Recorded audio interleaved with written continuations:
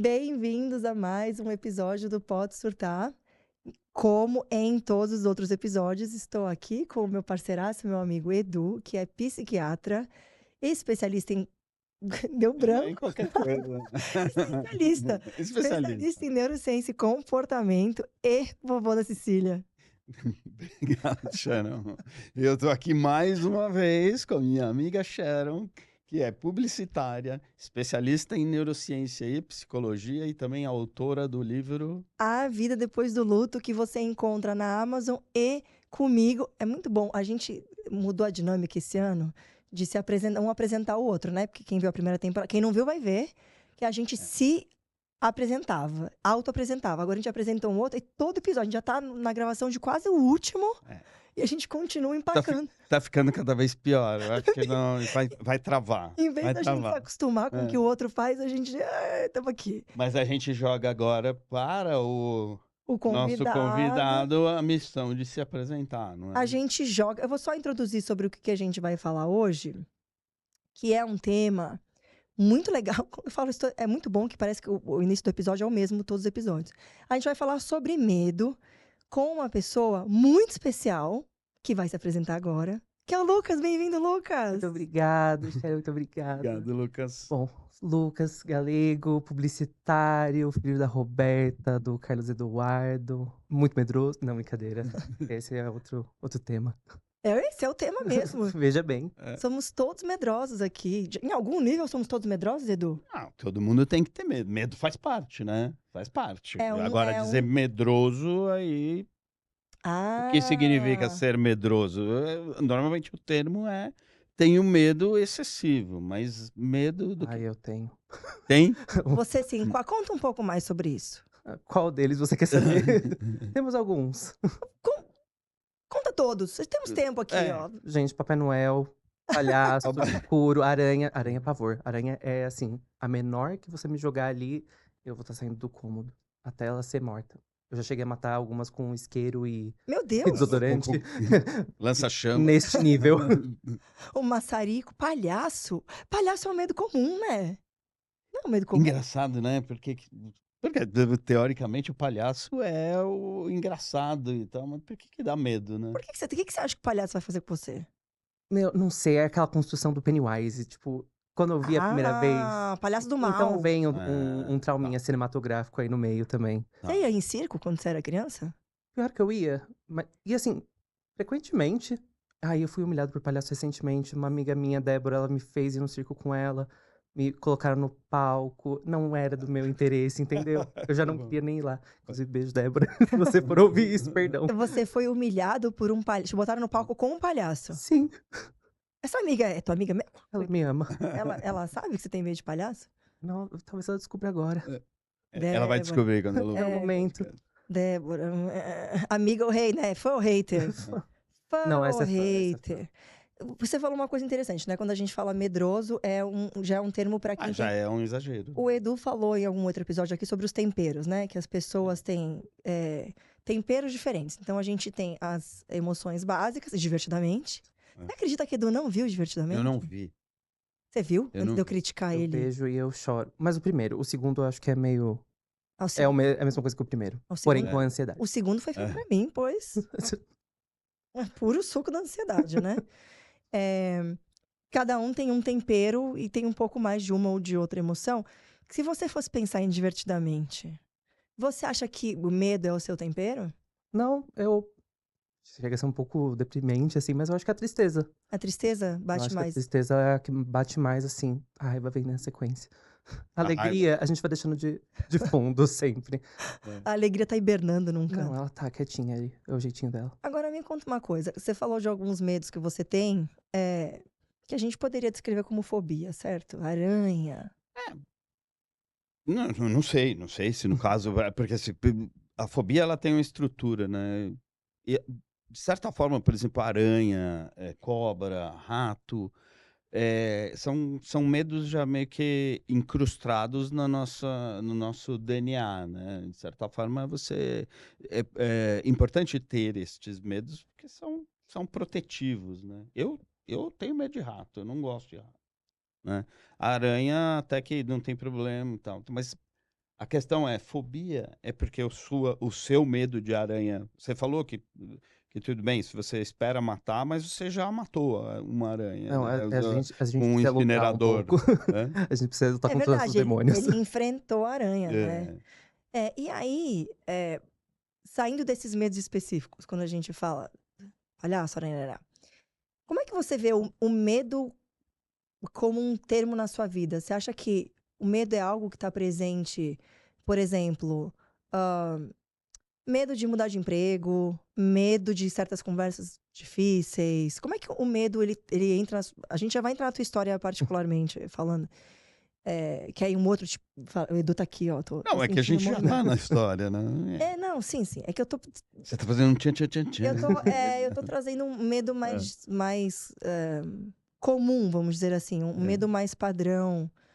É porque a história do Lu é mais específica, quando a gente vai falar de medo com o Lu, é um pouco mais específico. Mas antes, para começar a entender como é que o medo permeava a sua vida ou permeia a sua vida, para além do que a gente vai conversar nesse episódio. Eu acho que tem esses medos que eu já comecei falando, que eles são, eu vou dizer assim, palpáveis. São aqueles medos que, tipo, a gente vive eles e, tipo, como você trouxe, eles são, tipo assim, todo mundo tem algum. Mas os medos que eu sinto mais, assim, como o medo permeia na minha vida, são aqueles medos mais sutis, tipo, o medo de não ser aceito, de você ter que ficar ali preenchendo lacunas para as pessoas, tipo, achar o seu lugar. São esses medos, assim, mais sociais, assim, eu posso dizer. O Lucas estava falando dos medos de não ser aceito, de ser excluído, de não ser validado. Obviamente, além dos medos reais que a gente tem, que são os medos de proteção da vida, esse é um dos medos principais do ser humano, porque a gente depende de viver em convivência, em coletividade. Medos que levam a gente, né, a seguir caminhos e tudo mais, assim. Os medos sociais, eles também, de alguma forma, são medos que ajudam na sobrevivência, só que de uma outra forma, né? Sim, essenciais na sobrevivência, na verdade. Porque a gente tem que pensar isso, a característica principal do ser humano é a colaboração. Uhum. Nós só chegamos aonde a gente chegou aqui na história da humanidade, na evolução, porque nossos ancestrais, nossos antepassados começaram a colaborar um com o outro, né? Então, essa é a característica da espécie humana, colaborar. Portanto, e outra coisa, somos bem dependentes, né? Nós somos muito dependentes, sobretudo na infância, né? Uma criança não sobrevive, como, por exemplo, outros animais podem sobreviver mesmo assim, não tendo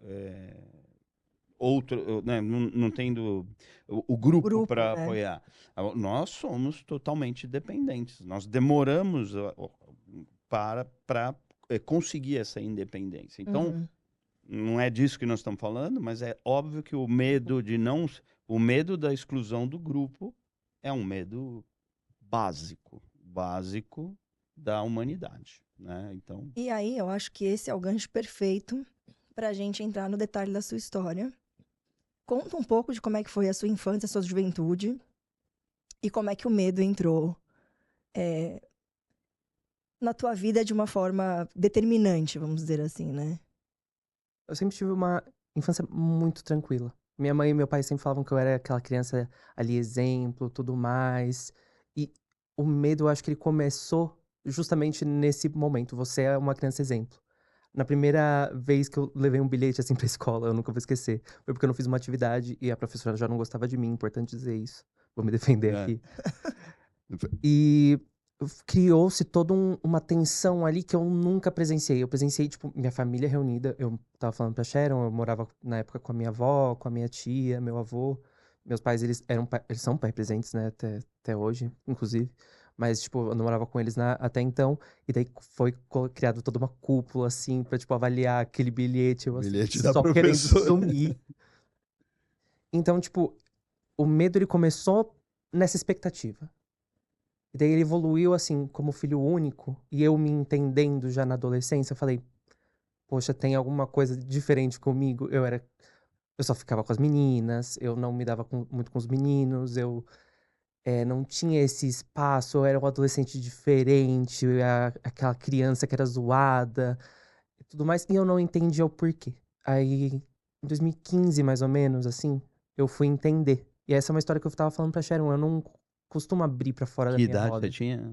2015, eu tava ali com 16 na época. Eu Ah, sou na ruim tua de adolescência. Mas matemática. ok, mas na tua Bem adolescência, né? Sim, adolescente, É, né? bem é adolescente. ali quando a gente tá sinto que é quando a gente tá na adolescência, mas a gente já sabe quem a gente é.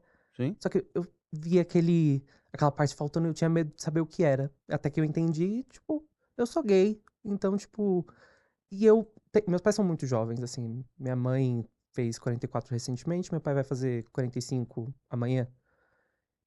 Então, eu tinha uma expectativa pra reação deles quando eu fosse trazer isso. E daí eu lembro que a gente tava viajando, assim, eu tava conversando com um menino ali. E a gente voltando dessa viagem, eu comentei de uma professora minha do colégio, que, tipo, ela era casada com uma moça. E daí minha mãe, vale dizer que hoje são outras pessoas, assim, mas naquela época minha mãe falou: se você aparecesse com alguém, primeiro eu te desceria o cacete. Poderia até te aceitar, mas primeiro você apanharia muito. E daí, naquela semana ali, eu já fiquei, meu Deus. E daí foi uma semana que, eu não sei o que aconteceu, deu algum problema no meu celular, eu pedi pro meu pai arrumar. Paz, com o celular do filho desbloqueado, ele tava no papel dele, ele foi dar uma bisbilhotada, e ele achou coisas que não eram do interesse dele. Então a gente voltou pra casa, daí, mais uma vez, Cúpula. uma pequena cúpula, dessa vez só os dois e eu. E daí, naquele momento, eu tentei ali, no ápice do meu medo, segurar a raiva deles. E foi uma raiva, assim, muito inesperada, porque meus pais, eles sempre foram muito amorosos. Eles são até hoje. E, tipo, naquele momento eu só falei, não, não, eu sou bissexual. Tipo, pra tentar contornar, pra passar por cima, tipo, não, Mas o gato subiu no telhado, não é? Eu Exato. falava, calma, não é bem assim. Até por ser filho único, eu pensei, nossa, certeza que eles querem netos, né?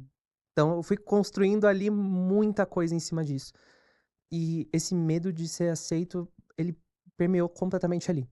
Em Uhum. eu ter nas pessoas que eu mais amo, tipo, essa insegurança. E eram pessoas que eu tinha total segurança até então. Você já morava com eles nessa época? Nessa época eu tava morando com eles já. E você sentiu em algum momento que eles já sabiam?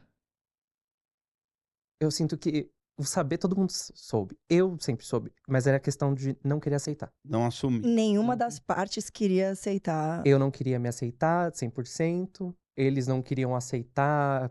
E eu entendo hoje que envolve um medo da parte deles também, porque tem o mundo todo lá fora. A gente sabe como a sociedade Exato. funciona e tem uma proteção parental aí muito forte também. E uma coisa que você falou que é interessante, você falou, eu fui zoado na escola, eu sentia que eu não pertencia, que eu não fazia parte daquele grupo. Então acho que também vem muito dessa sensação, desse medo de eu sou diferente, eu não me encaixo. Se eu assumir quem eu sou de verdade, eu nunca vou ser aceito. Enquanto eu não assumir, eu vou pelas beiradas aqui É, e talvez as pessoas me eu aceitem. permeava ali aquelas bolhas sociais todas dentro da minha sala de aula, mas não eram nada assim muito real. Era sempre muito superficial a minha relação com as pessoas, justamente por isso, porque eu não conseguia desenvolver além do que eu não era, sabe? Mas era seu isso? A pergunta, assim, não sei se isso era você, porque você fala da expectativa que todos criaram, e é assim mesmo, né? Todo Uhum. mundo cria as expectativas, a família. Nossa, Lucas, olha, né? Esse menino é tão bonzinho, ele é tão perfeito, até que você começa a decepcionar, porque leva o bilhetinho para casa e tal. Quer dizer, você tinha em você esse olhar, eu não posso falhar e tal. E você percebia que era diferente. Quem que era o grupo que te excluía ou você que se excluía do grupo? Naquele Não sei se é fácil de responder, né? Eu acho que era mais eu me excluindo, justamente tentando pertencer muito, eu acho que eu me excluía mais. Porque eu não estava vendo minha realidade ali. Mas Uhum. também, né, nessa época, adolescente, tipo, quando eu comecei a racionalizar essa sensação, eu não tinha ainda o tátil pra falar, não, é por isso aqui. Então, é muito meu. É eu tentando Uhum. pertencer muito e me desmerecendo ali, me afastando do que realmente eu era. E seu medo, você fala, pelo que eu entendi, também tinha muito a ver com a expectativa que você projetou que a sua família tinha sobre Sim. você. Você falou: "Ah, imagino que eu sou filho único, meus pais iam querer netos". Você fez esse comentário. Sim. Eu sou casada com um homem e não tenho filhos. Eu também não dei netos para os meus pais. Então é muito da expectativa do que você imagina Uhum. que eles gostariam que você desse para eles como um filho perfeito, e na sua cabeça ser gay te tirava dessa perfeição. Sim, Esse é o seu sentimento. e me tirava além da perfeição todas as possibilidades, assim, que se eu fosse um homem hétero, eu teria ali. Isso eu sempre me vi polido não, toído de alguma forma. E quais as expectativas que você acha que eles tinham sobre você? Ah, eu sinto que era ter aquele grande casamento. Minha família ela é bem católica, uns mais que outros, mas assim, era aquele grande casamento com festa, beijo na noiva, uma grande igreja, assim. Eu penso muito que seria isso, assim, para além dos netos, né? Minha família também é muito grande. Então eu sinto que, da minha cabeça, pelo menos, eu estaria privando eles de tudo isso. De toda uma realidade, assim, que eu gostaria de viver hoje como um homem gay, mas ali não caberia pra eles, como um homem gay. Você falou que eu gostaria de viver. Você acha que é uma expectativa tua, projetada neles, ou uma expectativa que de fato eles tinham por você? Acho que é ambas as partes, assim. Tinham coisas que você também teve que Sim. desconstruir para chegar na conclusão, não, mas para Uhum. abrir a conclusão publicamente, você também teve que vencer medos seus, de expectativas suas sobre você, que você não conseguiu atingir. E aí, bom, seu pai descobriu, teve essa cúpula, rolou esse momento de bilhetinho Foi da o escola, versão adulta, versão adulta. versão adulta. E aí, como se deu esse processo? Você acha que, bom, tá dado, tá colocado aqui, parte do medo foi embora? Ou outros medos, esse foi, tem outro? Como é que foi pra você o pós? O pós foi péssimo. Eu vou vou ser bem sincero aqui. Eu vivi aquele momento eu estava fechando o ensino médio, estava indo para um cursinho, porque eu não sabia o que eu queria, aí é medo de carreira.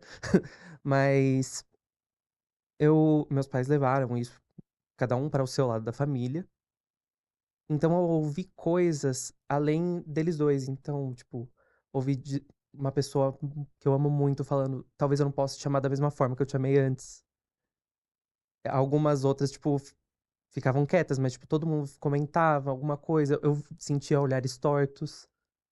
Então, e f eu nunca vou esquecer de um evento com o meu pai, que eu estava voltando de um treineiro acho que para o Enem na época. E lá em Santo André, que é onde eu moro hoje com eles ainda, tem uma rua que ela é muito conhecida por ser onde ficam as prostitutas, a Avenida Industrial. Meu pai ele me pegou de carro aquele dia, a gente passou por essa rua e ele falou com essas palavras: "Se você continuar nesse caminho, se você seguir assim, você vai acabar no máximo aqui ou um gerente de loja". Então ali, eu o medo só aumentava, aumentava de me distanciar das pessoas que eu amava. Isso eu não tô falando só dos meus pais, porque isso estourou a bolha, né, tipo ali dentro da família, mas também um medo, assim, o que que vai acontecer no meu futuro? Uhum, Eu posso realmente ser o mesmo ou vou ter que me perder pra, tipo, ter alguma coisa, ter algum sentido na minha vida? sim. É o vai. Vai? Vai que eu já Posso, perguntei bastante. posso perguntar? Vai, vai. Não, eu não sei se até. Depois você fala se está dentro do previsto, porque eu acho que o que valeria, como a gente está falando de medo, é você contar como é que tá a tua vida hoje. Porque nós estamos falando de toda uma expectativa que você sempre teve sobre o como as Uhum. pessoas reagiriam. Tudo bem, essa expectativa se confirmou. É óbvio que você e nesse momento você sofreu aquilo que você não queria sofrer, certo? Assim como, eventualmente, você vai na montanha-russa e você sabe que você vai ter ali, você vai passar por tudo aquilo, mas você vai e faz. Eu queria que se você pudesse avançar, como é que está hoje a sua vida em relação a isso? Seus pais, sua família, como é isso hoje? Isso, eu vou voltar só um pouco, porque é importante falar dessa pessoa, que é a mãe do meu pai e minha avó. Ela foi a primeira. Na época, meu pai eles me colocaram numa terapia pra tentar, tipo, achar a cura gay, vamos dizer assim. Só que a minha terapeuta, a começar que ela já foi incrível. Ela falou: você é meu cliente, não são seus pais. A gente vai tentar, assim, seguir pra te deixar bem.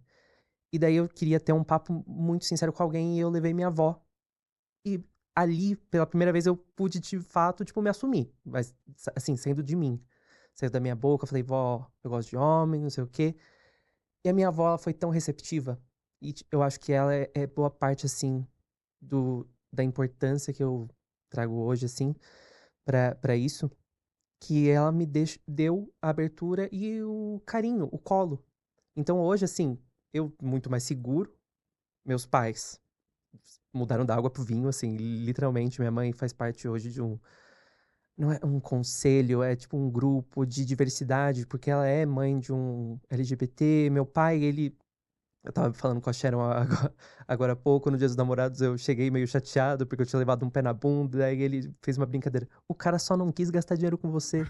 Então, tipo, não necessariamente eles falam abertamente sobre isso, mas, tipo, é nas pequenas coisas eu vejo que eles hoje reconhecem, respeitam, e o amor, assim, superou tudo que é possível. E era o seu maior medo. Era meu maior Era medo. perder o amor deles. Era perder o amor deles, Perder o amor, o reconhecimento, a proteção, o cuidado, não é isso? o orgulho também, O porque orgulho também. foi uma coisa que eu fui construída desde sempre, e, tipo, passei por tudo isso, e esse medo, ele ainda existe, não vou mentir, mas ele hoje é muito menor. Quais são seus medos hoje? Meu maior medo hoje, falam, eu acho que é mais carreira. A gente, publicitário, pra variar, é muito comparativo, assim, é um ambiente muito, muito, muito ácido, se eu posso dizer. E é não ter o reconhecimento. Acho que hoje o maior medo, assim, de Lucas Profissional. é o reconhecimento profissional. Já não tem mais nada a ver com a questão da orientação sexual. Não, isso, em me entendendo hoje, eu acho que é um problema assim, da pessoa. Tem medos que vêm como um LGBT, tipo, o que vai acontecer da porta pra fora, mas nunca mais da porta pra dentro. E a gente falou muito da sua família, mas eu fiquei curiosa para saber como é que foi isso na sua roda de amigos. Qual foi sua rede de apoio para além da família? A primeira pessoa pra quem eu me assumi foi o meu amigo Vinícius. Foi por WhatsApp, foi a coisa mais, assim, eu esperava algo épico, foi a coisa mais xoxa do mundo. Eu falo disso com ele até hoje. Ele foi a primeira pessoa, eu achei que ele ia ser a pessoa mais difícil, assim, de aceitar e tudo mais. Aí eu cheguei, Vini, queria falar muito com você. Aí ele, não, o que foi? Aí, tipo, eu sou gay. Aí ele, eu já sabia. E daí eu falei, pô, criou-se toda uma expectativa aqui do meu lado. Acabou. Mas olha só, Acabou. isso eu acho que é uma coisa muito interessante. Aí a gente falar de medo, né? Porque medo é uma coisa construída na nossa mente, né? Nós que damos O valor, né? É. E de repente você tinha. E o medo cresce. Quanto mais a gente deixa de enfrentar. Ele vai virando, porque a gente vai criando, a gente vai imaginando. E olha que surpreendente, né? Você falou, bom, vai ser épico. Aí falou, beleza, eu já Jurei, ia sabia. ter um grande texto no Imaginou as WhatsApp. conversas. Exato. Imaginei ele falando, nossa, nunca esperar. Corta. Que foi totalmente broxante. Mas meus amigos, assim, foram minha maior força ali. Acho que além dessa minha avó, assim, que ela falava abertamente, assim, comigo, assim, as coisas, os amigos foram meu porto seguro. Sempre foram. Eu acho que a amizade, ela agrega muito, assim, como uma pessoa gay, porque é meio que uma família que você constrói, então são pessoas que você confia e que você quer confiar. Então, Assim, Pessoas que você escolhe, né? E que Exato. te escolhem também. E que eu acho que nem sempre tem as expectativas. É que família, a gente falou muito disso já aqui, né? Família é o que nos constrói, né? A nossa base, nosso primeiro vínculo. Então, há uma preocupação de fato Uhum. que amigos vão e vêm, né? E você escolhe E também. você escolhe quem você quer manter na tua vida e quem você não quer. Família, para além de estar ali, tem um peso emocional fortíssimo, né? De aprovação, de Tanto expectativas. Uhum. é o que a gente estava falando aqui, né? Quer dizer, Lucas, filho único, né? Com essa coisa né, da criação, todo mundo olhando, fala, esse é perfeito e tal. Isso desenvolveu, alimentou um medo natural Hum. nosso de exclusão, né, de Até abandono do e tal. fracasso, eu acho, É, no meu, é, olhando assim minha é. trajetória, assim, se eu É. posso dizer. Mas que no final, o que eu quero dizer, especificamente em relação a isso, vamos pensar. Vamos imaginar que até hoje você falasse assim, eu não quero enfrentar esse medo. Eu não quero ter essa conversa. Não vou ter essa conversa com meus pais. Eu não vou ter essa conversa com a minha avó. Imagina se você não tivesse feito isso. Como seria a tua vida hoje? Você continuaria com o medo Não, isso o tempo todo, o tempo todo. né? Eu acho que eu estaria realmente sem cor, assim, sem vida, triste, porque hoje eu sou muito feliz do jeito que eu sou. Do jeito que eu sou, eu sei que sou e eu expresso, me mostro pra todo mundo. A Sharon me conheceu assim, então, tipo, eu me veria uma pessoa cinza. Eu não, isso não me cabe. Você se orgulha de quem você é. Hoje, com certeza. Eu tô chegando assim, sempre com medo do fracasso, mas, tipo, Sim, eu outros sinto medos que vêm. esse eu acho que acho que esse nunca vai mudar, assim, Bom, mas eu tô me vendo toda vez, assim, às vezes um pouquinho mais devagar ou não, mas cada vez um degrauzinho, sabe? Sim, sim. E hoje, isso que é o mais maravilhoso, né? Você é amado exatamente por quem você é, né? E se a gente não. Se você fosse cinza, né? Se você não fosse quem você é, eu acho que você sempre questionaria também o amor das pessoas. Eles me amam por quem eles acham que eu sou? Eles me amariam por quem eu sou? E hoje não tem esse medo, não tem essa É, não dúvida tem não. mais. Muito pelo contrário, as pessoas talvez não te amassem cinza, te amam exatamente porque você é colorido. É isso que traz você sendo você. E aí eu acho que o Edu trouxe um ponto importantíssimo, que é a importância da gente enfrentar os nossos medos. Óbvio que na questão LGBT tem uma série de outras variáveis aí, né? Ambientes Uhum, que não, de fato, não favorecem, para além, enfim, preconceito que a gente sabe que existe, né? Então tem sim. variáveis que a gente tem que considerar aí nessa equação. Mas quando a gente fala de medo como um todo, de expectativas, vamos falar de expectativas. Até para o seu medo profissional de não atingir expectativas das outras pessoas, dos nossos amigos, da nossa família, o enfrentamento é a única coisa que, não vou dizer que resolve, mas que permite que a gente gerencie esse medo de, Sim. né, que a gente consiga lidar com ele de alguma forma. Porque é o que você falou, se a gente não enfrenta, o famoso vai com medo mesmo, ele só cresce, né? Só Ele, cresce. ele vira um grande E monstro. eu acho que daí é a grande questão, ele paralisa, né? Se você paralisar, e tudo bem, você não precisa, que eu falo para as pessoas, né? Você não precisa pular do 20º andar para descobrir que tem mais de altura. quer dizer, não, você não Que precisa morre, né? pular para descobrir que você morre. Então tem alguns determinados medos que Sim. tudo Precisa bem, tem testar, que né? ter, não Precisa precisa testar. testar, mas algumas coisas são, alguns medos obviamente são construídos na nossa mente e a gente é que cria os monstros, né? Tudo bem, claro, existem monstros que são alimentados, né, pela Uhum. sociedade e que você, obviamente, vai ter mais dificuldade, mas o único jeito de você botar o medo no nível adequado é enfrentando, né? Me conta uma coisa. Não sei se você consegue determinar, mas existem medos mais comuns que acontecem com maior frequência?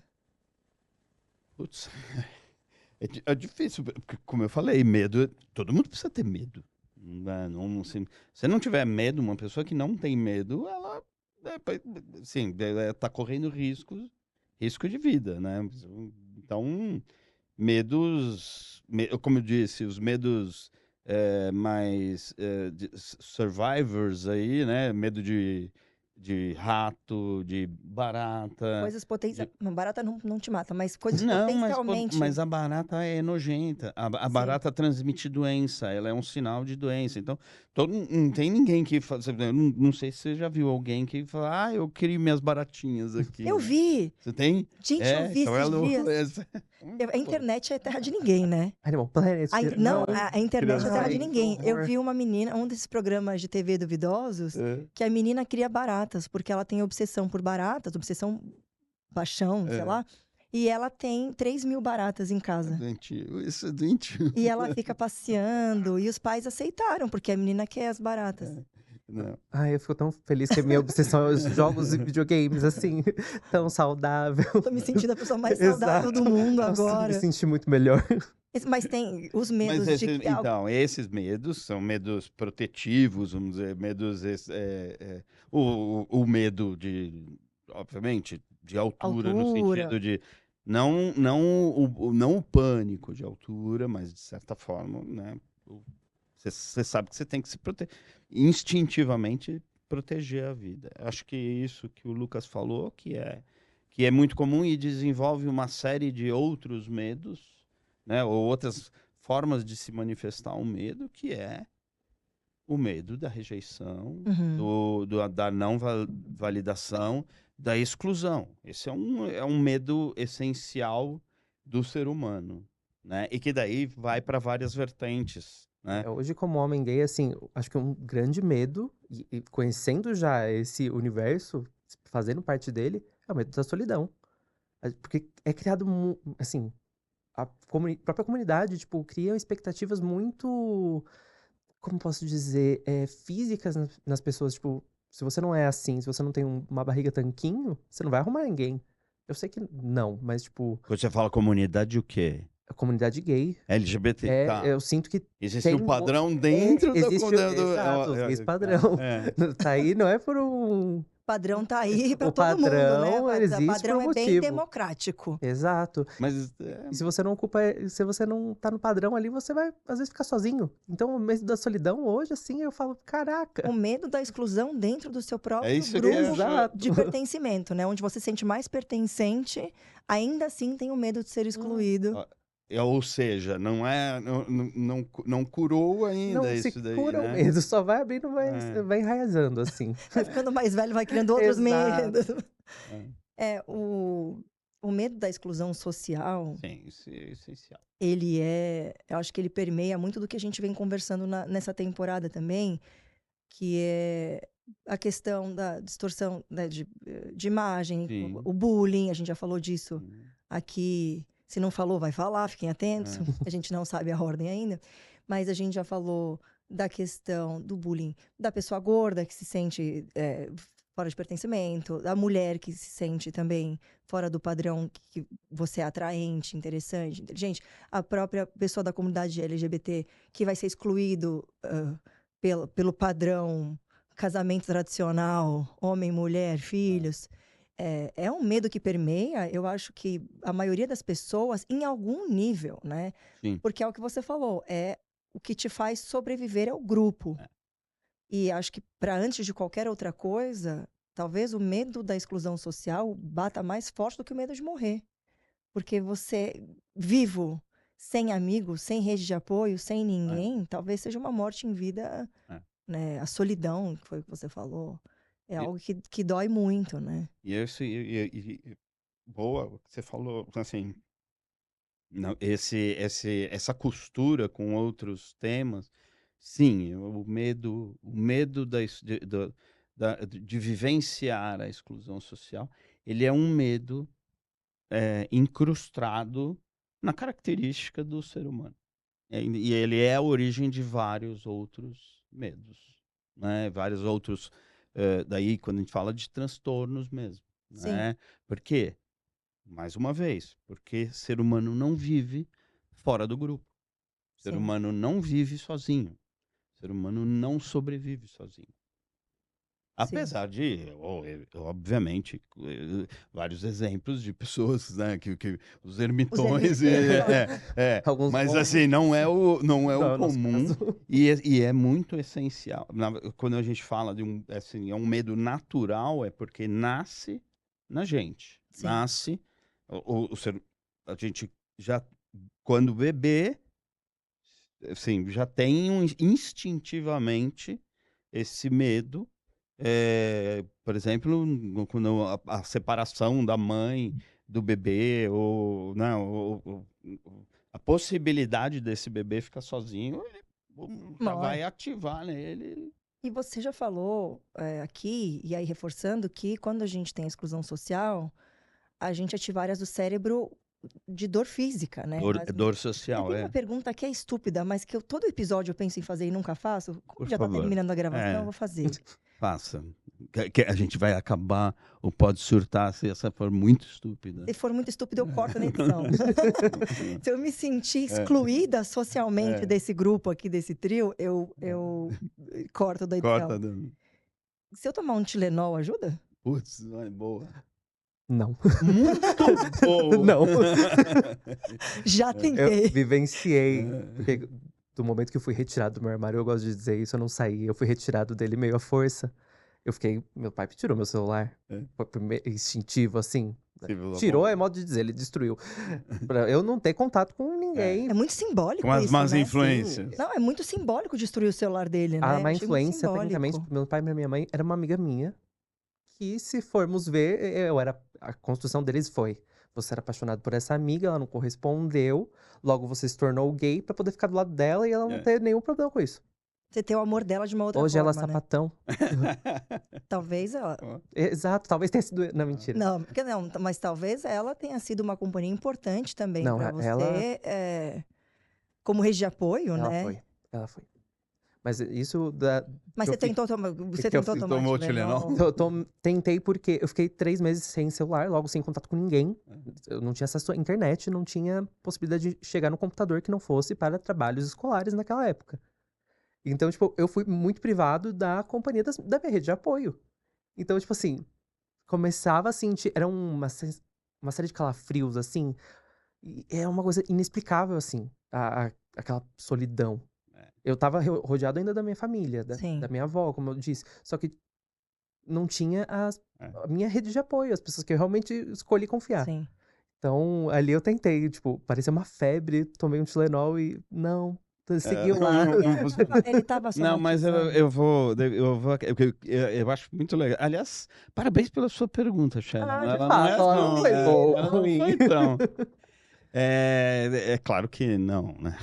Claro que tomar um Tilenol, assim, depende da dor social. A dor social, ela é muito forte. Tilenol, às vezes, nem para dor de cabeça ele não vai funcionar. Mas eu vou dar um exemplo que é para explicar isso. Sim, tem pessoas que abusam de analgésicos, né? E quando você vai ver, são pessoas que sofrem de algum outro...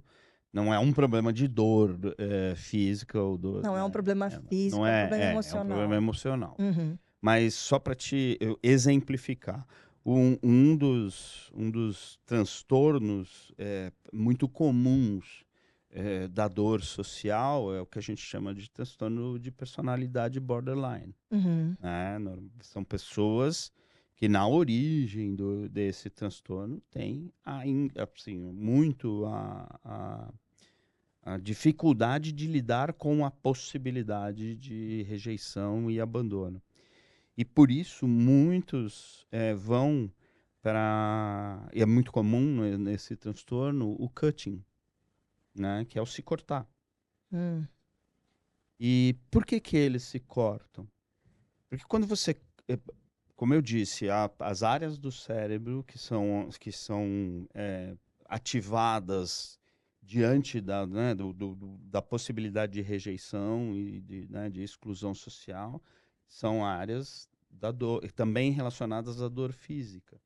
Quando você provoca uma dor, um corte, você tem uma dor física, de alguma maneira você modula o sistema endo-opioide, que é um sistema de regulação de dor, para aliviar a dor emocional.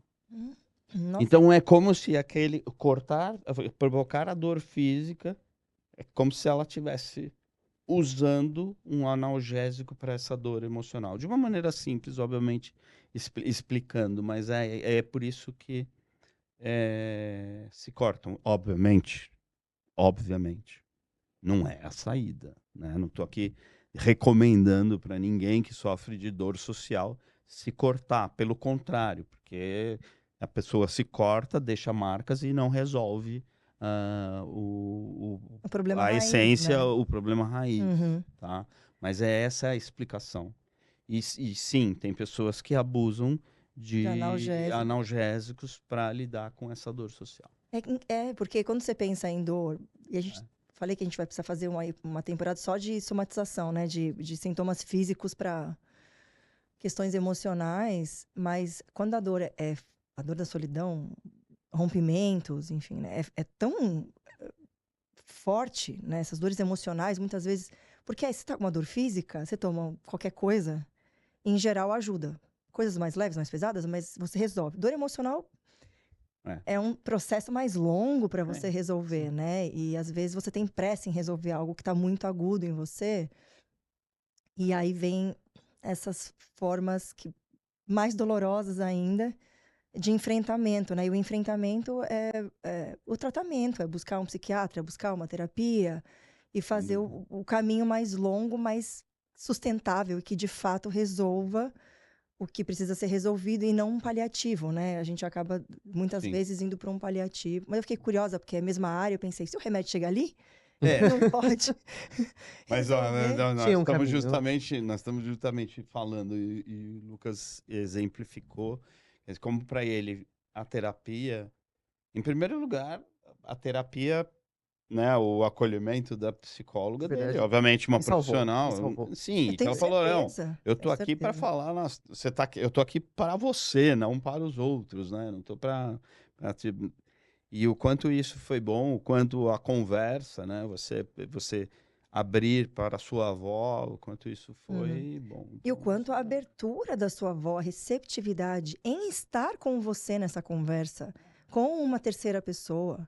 Né? Eu acho importante, tem muitas pessoas que não se disponibilizam dessa forma, não querem, da mesma forma que o Lucas teve que enfrentar os medos, os pais também tinham muitos medos. A avó também tinha muitos medos. E o enfrentamento fez com que, né, lidar com, em vez de o meu filho é gay, não vou olhar para ele, não vou amá-lo, não vou aceitá-lo. Aquela angústia viver com eles pro resto da Não, vida. e justamente a minha avó, ela foi, pra mim, ela é muito importante nesse sentido, porque ela é a pessoa que ela abriu diálogos com o meu pai, com o lado da família dela, que é eu posso dizer que é gente de interior. Então, às vezes, são pessoas assim que não são tão Mais abertas. conservadoras. Exato. Só que daí, ela foi a voz. ela foi. Minha avó, assim, Abriu o caminho. N defeitos, mas ela é perfeita, assim, no que Sim. ela se propõe. Ela é uma ótima avó. E ela Mas foi, de fato, a pessoa que eu precisava, na hora que eu Não, precisava. isso é incrível. E é importante de você falar, e é importante das pessoas ouvirem, tanto de um lado como do outro, né? Tanto a pessoa que está passando por esse momento de medo hoje, quanto aos familiares, o quanto foi importante esse processo para você de ter alguém na família que foi uma rede de apoio. E até dos teus pais hoje, numa situação completamente diferente com você, e que tem uma família harmoniosa e amorosa, e um filho perfeito tá aí. O filho perfeito nas suas imperfeições, como a sua avó é perfeita nas suas imperfeições, ele existe, ele tá aí com coisas que a gente gosta, que a gente gosta Sim. menos, mas a nossa perfeição está exatamente no nosso tempero, como diz o Edu, né? Exatamente na nossa composição. E a nossa composição tem um pouco de tudo. Então, e hoje eles com certeza estão muito felizes do filho ser amado exatamente Eu como sei ele que é. eu trago muito orgulho pra eles. Isso, pra mim, assim, eu posso não ser a melhor pessoa do mundo, mas eles falarem que eles sentem orgulho de mim, pra mim, hoje, assim, supera qualquer coisa. Eu sinto que eu venci na vida, assim. E uma coisa, não tem nada a ver, mas tem, que eu fiquei com vontade de falar. Você sempre pode. Muito amigos. Tem o microfone, eu falo o que eu quiser. que ficou na minha cabeça depois, porque eu me lembrei de uma passagem da minha vida, que você falou da sua amiga, que seu pai achou que sua amiga era uma influência.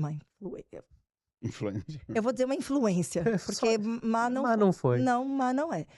Mas que foi uma influência para a sua orientação sexual. Eu ouvi uma vez de uma pessoa próxima que era um absurdo ter beijo gay em novela, porque isso incentiva as crianças a quererem serem gays. É. Aí eu falei, era um homem, eu falei pra ele, quando você vê beijo gay na novela, você tem vontade? Te dá vontade de beijar homem também? Não, e todo mundo vai sentir muita Ah, vontade de sofrer preconceito. você tem- Tá ótimo. Você vê que você tem vontade? É por isso que você fica preocupado? Porque você... Não, claro que não. Eu falei, então por que você acha que isso... né, orientação sexual é algo que vem, que é teu, que é da tua composição. Ninguém escolhe.